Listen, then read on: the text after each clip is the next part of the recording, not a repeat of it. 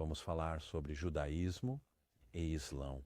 Eu quero ficar com Ora mesmo. o cristianismo e a Santíssima Trindade. Tantos, tantos séculos atrás, milhares de anos atrás,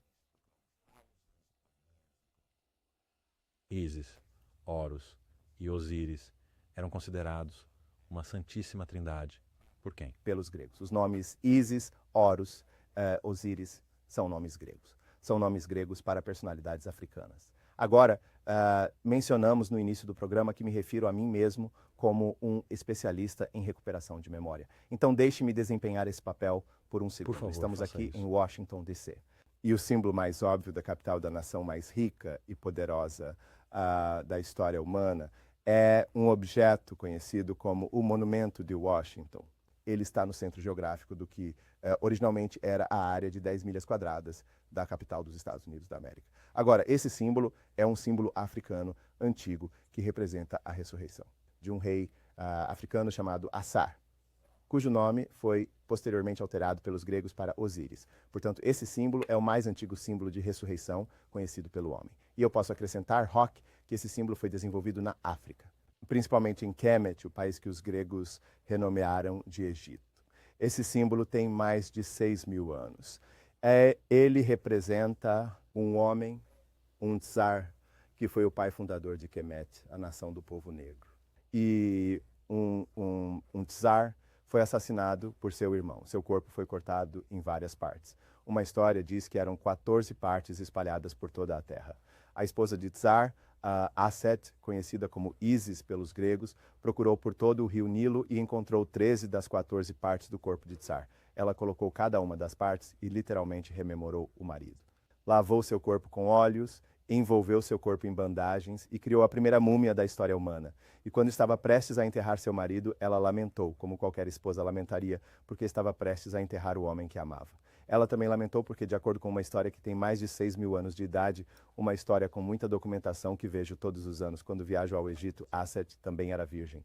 E antes de ela enterrar seu marido, o espírito de seu falecido marido, Azar, veio e a engravidou.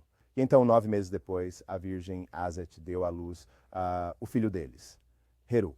Agora, de acordo com algumas versões da história, Heru nasceu há 6.000 anos, no dia 25 de dezembro. Então, temos na história dos pais fundadores do antigo Kemet, Azar enviou Heru, a história fundamental que mais tarde será incorporada na Bíblia como a história de Jesus. E há numerosos paralelos que, novamente, qualquer pessoa que esteja questionando o que estou dizendo, se eles tivessem uma conversa com qualquer sacerdote treinado.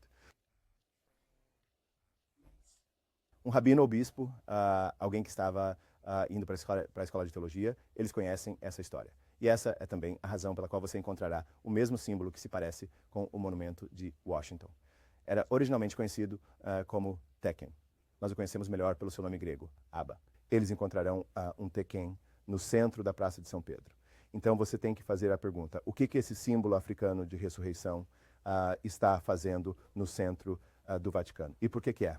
Que todo domingo de Páscoa, quando o Papa está na sua varanda e faz seu sermão sobre a ressurreição de Jesus Cristo, há 150.000 pessoas na Praça de São Pedro cercando aquele Tekken, aquele símbolo mais antigo da ressurreição, e todo Papa sabe disso. Ele conhece essa história. Isso levanta a questão de que não só pessoas de ascendência africana precisam ter suas memórias restauradas, mas pessoas de todas as nações precisam conhecer a grande verdade de uma história africana, que tem sido ocultada da maioria das pessoas neste planeta. Em 1990, 1993, acho que foi, eu estava no Vaticano e eles nos levaram para um passeio e eu perguntei ao guia turístico se ele poderia me permitir ver a Madonna Negra.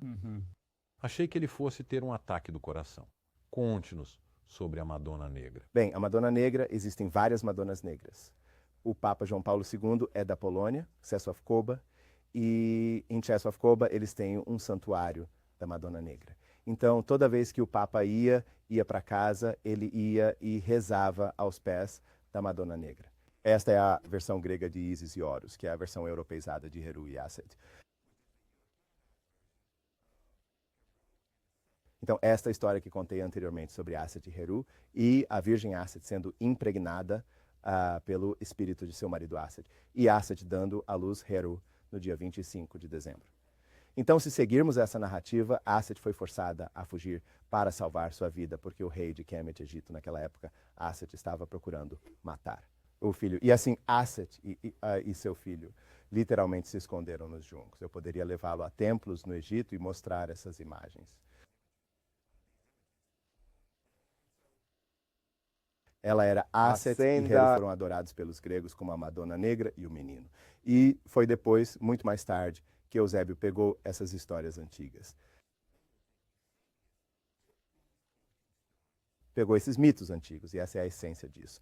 Esta história é mitologia, não é um fato histórico, mas é um mito usado para imbuir as pessoas com um certo nível de compreensão para que possam se relacionar com coisas além do físico. E assim foi Eusébios que enxertou essas histórias na nova narrativa que estavam criando para controlar as pessoas física, mental e espiritualmente. Você usa o termo mito. Então você sugeriria que o nascimento de Cristo na manjedoura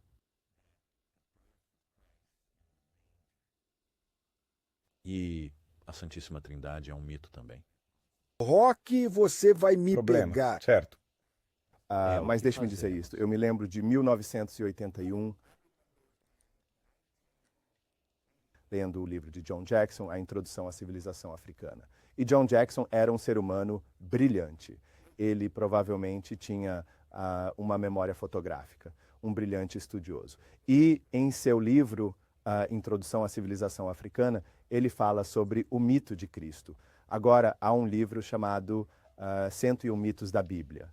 Há um livro de Kirsty Graves chamado 16 Salvadores Crucificados. E neste livro, descobrimos que existem 16 personalidades históricas que surgiram de mitos sobre 16 personalidades que também foram fruto de um nascimento virginal, que também nasceram no dia 20 de dezembro, que também foram simbolicamente crucificados. Mitos são ferramentas poderosas que podem não ser necessariamente verdadeiros, mas contêm verdade. E assim é um meio de contar uma narrativa histórica ao longo do tempo e do espaço, de forma que todos possam se relacionar com ela. Então, nesse contexto, se você quiser, eu poderia detalhar os elementos mitológicos da história do nascimento de Jesus. E é tudo baseado em fatos históricos e fatos astronômicos. Agora vou lhe dizer algo. Como a base do cristianismo, gostaria que você compartilhasse suas ideias sobre isso. Bem, deixe-me colocar isso em Faça contexto, essa análise. porque eu nasci e fui criado em Chicago. Cresci em um lar cristão. Minha avó foi, provavelmente, a pessoa mais religiosa que já conheci na vida. Ela me levava à igreja. E toda vez que eu ia à igreja, eu fazia perguntas. Por que não vejo pessoas que se parecem comigo na Bíblia? Por quê, sabe? E eu perguntei, e ela dizia, só não faça perguntas. Sim, como a minha Isso mãe. desenvolveu em mim uma mente inquisitiva e me levou a fazer perguntas cujas respostas eu não deveria saber. E quando eu, como estudante universitário aqui em Howard, ia para casa e conversava com minha avó sobre algumas das coisas que eu estava aprendendo, percebi que minha avó não estava preparada para receber a informação que aprendi. Mas porque amo minha avó, eu a respeitava e não tentava levá-la além de onde ela estava, porque ela precisava do cristianismo. Ela precisava de sua fé em Jesus Cristo para poder ajudá-la.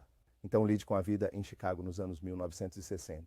Mas o que eu sei com base no estudo de história e ciência é que a história de nascimentos virginais em muitas culturas é baseada na mitologia. Somos informados de que Jesus nasceu em uma manjedoura. Somos informados de que 3 reis magos vieram visitá-lo. Eles seguiram a estrela que estava na manjedoura. Por favor. Agora, isso é baseado em fenômenos astronômicos, porque por volta do dia 21 de dezembro, temos o solstício de inverno, que é o dia mais curto do ano. E de 21 de dezembro até 24 de dezembro, literalmente o sol está parado, o comprimento do dia não aumenta nem diminui significativamente. Então o sol está parado. No dia 25 de dezembro é quando estava escrito em textos antigos que o sol, o SOL, nasceu porque o dia começou a aumentar aproximadamente 1 minuto por dia. Ao som de Então, 20 o de momento em dezembro. que o sol nasce, no dia 25, que a constelação de Virgem estava surgindo no horizonte, estava pela metade acima do horizonte, Então foi dito simbolicamente, metaforicamente, que o Sol, SOL, nasceu de uma virgem. E, ao mesmo tempo, o estábulo de Egeu estava subindo no leste. Então foi dito que o Sol nasceu em um estábulo e que havia 3 estrelas, que são as 3 estrelas no cinturão de Órion, que apontam para a estrela Sírius. Essas 3 estrelas eram conhecidas nos tempos antigos como os 3 reis magos. Então, se olharmos para a história do nascimento de Jesus Cristo, é uma história de significado cultural, significado mitológico e significado astronômico, o que significa 3 coisas diferentes para pessoas que têm consciência da história e sabem como interpretá-la. Novamente, continuando com o cristianismo, ainda somos governados, os cristãos são governados pelo seu código de conduta. Neste plano terrenal, governado pelos 10 mandamentos, que a palavra de Deus vem de algo chamado Livro dos Mortos. Bem, eu me lembro de James Henry Breasted, que foi um famoso egiptólogo americano na Universidade de Chicago, que estabeleceu o Instituto Oriental em, acho, cerca de 1935. James Henry Breasted se meteu em apuros por dizer que os 10 mandamentos foram derivados das 42 admoestações de meus olhos. O que isso significa? Ma'at, na antiga Kemet, era a força predominante que governava tudo no universo. Ela representava os princípios de justiça, equilíbrio, harmonia, e havia 42 admoestações de Ma'at. Algumas delas eram: eu não roubei, eu não furtei, eu não defraudei oferendas, eu não me poluí, eu não poluí a terra, eu não cometi adultério, eu não falei mal de Deus. E foi a partir das 42 admoestações de Ma'at que Moisés derivou os 10 mandamentos. E há uma diferença profunda entre uma admoestação de Ma'at, onde se declara a sua inocência, e diz: eu não fiz X, Y e Z. E um mandamento em que pessoas sem uma compreensão profunda de Ma'at devem ser ordenadas a não fazer coisas que uma pessoa na mente certa saberia não fazer. Portanto, essas são diferenças culturais baseadas em outra cultura, apropriando-se de aspectos da cultura africana e interpretando. E interpretar através de sua própria lente cultural. Fale conosco, você acabou de mencionar Moisés. Então, para nos ajudar a entender que agora você está falando sobre o início dos tempos e o início do homem, voltando para o antigo Egito, que originalmente era Kemet. De onde vêm as 3 religiões? Fale-nos sobre o desenvolvimento dessas 3 religiões. Certo. Bem, como mencionei antes, a África é o berço da humanidade. Não há dúvida sobre isso. E é também na África onde temos o berço da cultura e da civilização.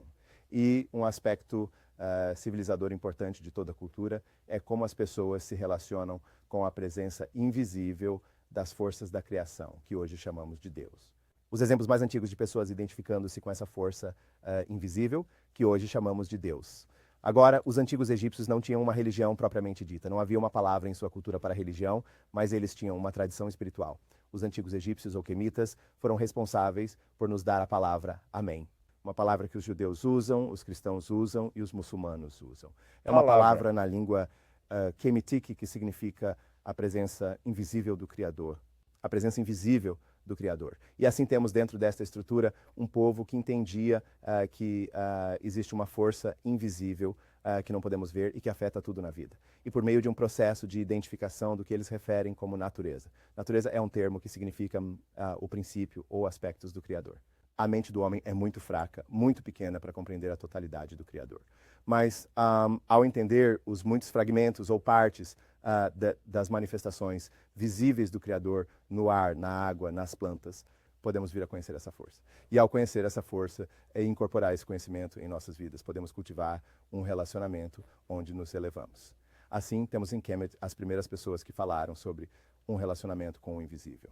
Em Kemet temos os primeiros templos que foram construídos para reconhecer ou abrigar o Espírito de Deus em um processo, rituais se preferir, para fortalecer esse relacionamento. E assim o povo de Kemet estabeleceu a cultura mais antiga que conheço. Era, na época deles, o que os Estados Unidos são hoje. a nação mais poderosa do planeta. Então as pessoas vinham para Kemet de todo o mundo. Pessoas vinham sem uma religião. Estudaram as tradições espirituais em Kemet e depois saíram com um conceito que então introduziram ao seu povo, o qual ficou conhecido por eles como religião. Mas se você olhar para as origens do judaísmo, cristianismo e islã, verá, sem sombra de dúvida, que estão enraizadas em antigas tradições espirituais africanas. Quero falar sobre as pirâmides, depois de ter sua opinião sobre isso. Li recentemente uma citação onde Hipócrates demonstrou grande reverência e credibilidade. Hoje os médicos falam do juramento hipocrático. Isso se refere a Hipócrates, que muitas vezes foi considerado e ensinado como o médico original. Ele deu crédito e honrado em suas citações Imhotep. Quem foi Imhotep? Bem, Provavelmente no quadril não nós já temos tempo suficiente para você faço a realmente... versão leve, certo? No Por juramento favor, de faça Hipócrates, isso. Hipócrates diz: eu juro por Apolo, o deus, e Asclépio, o deus da medicina. Asclépio é o nome grego para Imhotep. Imhotep é considerado o primeiro multigênio do mundo. Imhotep foi o primeiro ministro do rei Zoser, o homem que... Imhotep foi a pessoa que projetou e supervisionou a construção da primeira pirâmide do planeta, a pirâmide de degraus em Saqqara para Zoser. Imhotep foi o primeiro médico na história registrada. Imhotep também foi arquiteto, engenheiro. Antes de ir além dele ser um médico Sim, que senhor. escreveu certas fórmulas de medicamentos que continuam a ser viáveis hoje. Então, os primeiros médicos, os primeiros ginecologistas, O primeiro neurocirurgiões. surgiu de Kemet. O primeiro teste por um médico para determinar se uma mulher estava grávida foi desenvolvido em Kemet.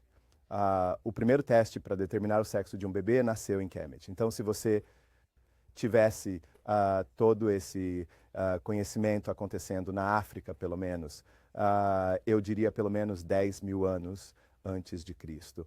Então faria sentido que outros viessem aqui para aprender essa ciência. E depois ir para casa e então declarar... Consideravam-se o criador da medicina ou o criador da filosofia, que é essencialmente o que os gregos fizeram. Mas em seus primeiros escritos, reconheceram o fato de que essa fonte de informação veio do Vale do Nilo, veio do Egito. Tenho pessoas na minha família que me batem na cabeça e dizem que tudo que você fala sobre o Antigo Egito era pagão, era paganismo. Bem, pagão significa apenas alguém cuja crença é diferente da sua. Então, nesse contexto, para um cristão, um muçulmano é pagão, sabe? Para um judeu, um cristão é pagão. E se pensarmos sobre isso nesse contexto maior, sabe? O povo judeu foi responsável por nos dar a Torá, os 5 primeiros livros de Moisés, o Antigo Testamento. E então o Novo Testamento foi construído sobre essa fundação. Bem, ninguém realmente questiona o fato de que, dentro da fé judaica, eles não reconhecem Jesus como um Messias. Mas ninguém os questiona ou desafia por isso, porque eles são o povo escolhido. Mas o que a maioria das pessoas não entende realmente é que o conhecimento inerente dentro, muito do conhecimento inerente dentro da tradição judaica, vem diretamente do Vale do Nilo. Sigmund Freud sabia disso. No livro que foi publicado logo após sua morte, Moisés e o Monoteísmo, Sigmund Freud disse que as origens do judaísmo são egípcias, que Moisés era egípcio. E há muitos outros estudiosos que avançaram nesse trabalho. E fala-se sobre isso em pequenos círculos do mundo, mas é uma informação que não chegou ao público em geral.